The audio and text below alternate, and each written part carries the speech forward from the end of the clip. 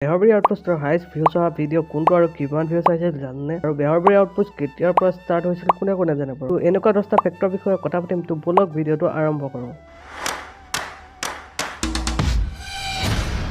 Fact number 1 আপোনালোকে জানে Beharbari Outpost কে মোহন ৰাকেশ আৰু প্ৰীতম ছাৰ এই চাৰিজন নগাঁৱৰ পৰা হয় Fact number 2 আপোনালোকে জানে Beharbari Outpost মোহনে ৰিসেন্টলি 900 বঁটা তেওঁৰ অভিনয়ৰ বাবে লাভ কৰিছে আৰু মোহনৰ অভিনয় কোনে ভাল পোৱা কমেন্ট কৰি জনাবলৈ নাপাহৰিব Fact number 3 Beharbari Outpost official সংটো গাইছিল পনামি Fact number 4 Beharbari Outpost 2020 Best Serial Award আৰু North East Star Award লাভ কৰিছে Fact number 5 Beharbari Outpost director কোন হয় জানে Beharbari Outpost ডাইৰেক্টৰ হ'ল Manoj Saikia Fact number 6 Beharbari Outpost সকলোতকৈ পুৰণি এক্টৰ কোন জানে সকলোতকৈ পুৰণি এক্টৰ হৈছে কেকে Fact number 7 Beharbari Outpost কেতিয়াৰ পৰা ষ্টাৰ্ট হৈছিল অৰ্থাৎ টিভিত দিবলৈ লৈছিল জানে Beharbari Outpost দিয়া হৈছিল 2013 ৰ 7 অক্টোবৰৰ পৰা